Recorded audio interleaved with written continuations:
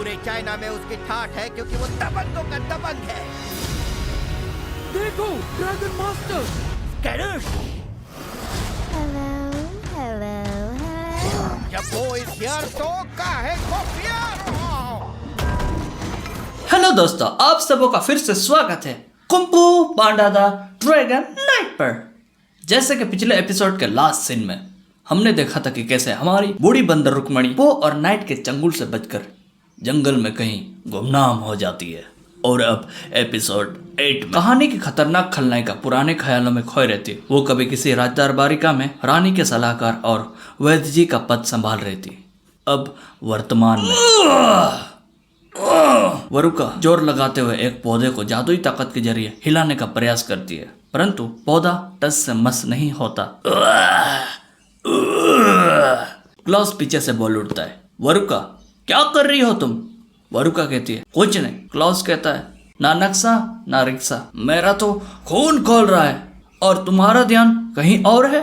Jail ने तुम्हें निकम्मा बना दिया है। दूसरी तरफ पो और नाइट जंगल में किसी जगह हमला करने के कुछ ट्रिक्स सीख रहे थे।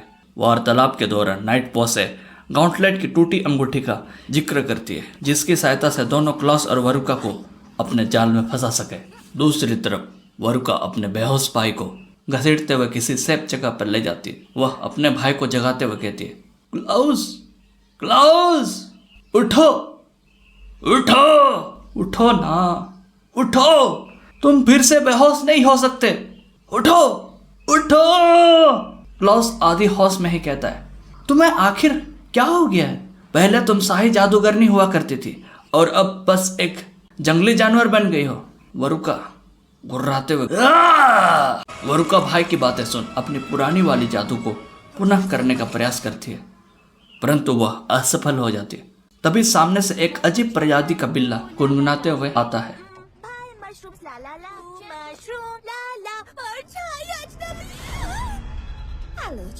वरुका की बारी।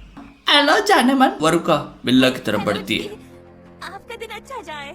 बिल्ला हकलाते हुए कहती है, ओए हाय, हेलो जी, आपका दिन अच्छा जाए। वरुका कटाच मारते हुए कहती है, तुम्हारा तो अच्छा ही जा रहा है, इतने मशरूम तो पूरा गांव खा सकता है।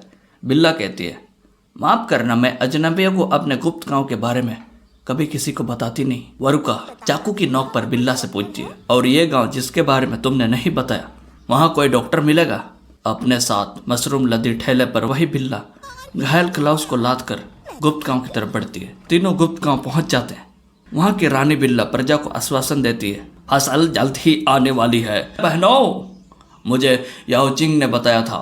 याओजिंग मशरूम से भरी ठेले को सामने रख रानी को कहती है, मैं वापस आ गई बहनों। और मेरे साथ मुसाइली बिल्ला की बात को काटते हुए ठेले के अंदर छिपी वरुका उछलकर बाहर निकलते हैं। Hello ladies and gentleman. वरुका उस गांव में किसी अजनबी के समान थी। सभी बिल्ले उसे घूरते हुए देखते हैं। वरुका कहती, ओह, यहाँ कोई जेंटलमैन नहीं है। यहाँ का लीडर कौन है? भीड़ को चिरते हुए एक आवाज आती है, हम सभी यहाँ के लीडर हैं। आवाज की तरफ देखकर वरुका कहती है, कौन है ये? याओ झिंगे झिंगे। रानी कहती है, वो हमारी महान अदृश्य आत्मा है। वो गुप्त गांव की बेटियों की पवित्रता को बचाए रखता है और मैं इन सब की गुरु माँ। सभी बिल्ले इमोशनल होकर कहते हैं, हमारी माँ, गुरु माँ आप सबका कितना ख्याल रखती है माँ, माँ। वरुका उनकी नौटंकी हरकतें को तोड़कर कहती है, सुनो, मेरा भाई घायल है और उसे ठीक करना है, तुम्हारे डॉक्टर के पास ले चलो। याओजिंग वरुका को चिकित्सा वाले कमरे में ले जाती है। मरहम पट्टी करने के कुछ देर बाद ही उसे होश आ जाता है। दोनों की मेहमान नवाजी में सूप लाया जाता है। दोनों जल्द ही सूप कटक लेते हैं, पर ये क्या, सूप पीने के कुछ समय के दरमियान ही दोनों का सर चकराने लगता है। अब वरुका को वहां नीचे छोड़ दिया जाता है। बिल्ले क्लॉस को लेकर बाहर उत्सव में उसका सूप बनाने के लिए बड़े बड़े कड़ाही तैयार रखे होते हैं। गुप्त गांव में मर्दों का आना सख्त मना है। अगर कोई मर्द आता है तो वहां की प्रजा उसे तल भूनकर उनका आहार बनाकर खा लेती है। दूसरी तरफ पो और नाइट युद्ध का अभ्यास करते रहते हैं। बातों में नाइट पो को यह बताती है कि मैं इस पल की कल्पना हर रोज करते आई हूँ। 15 सालों से एक दिन आएगा जब वो मुझसे भाग नहीं पाएंगे।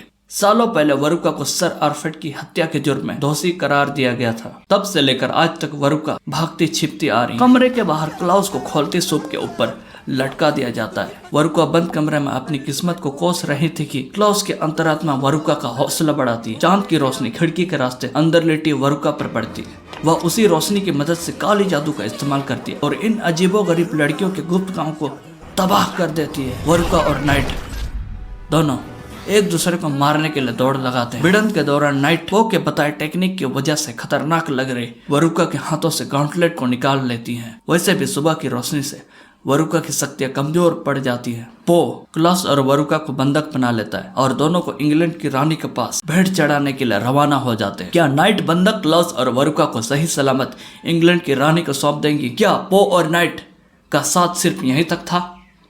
आगे की कहानी जानने के लिए चैनल को लाइक, सब्सक्राइब और कमेंट जरूर करें। आज के लिए बस इतना ही। Bye bye bye.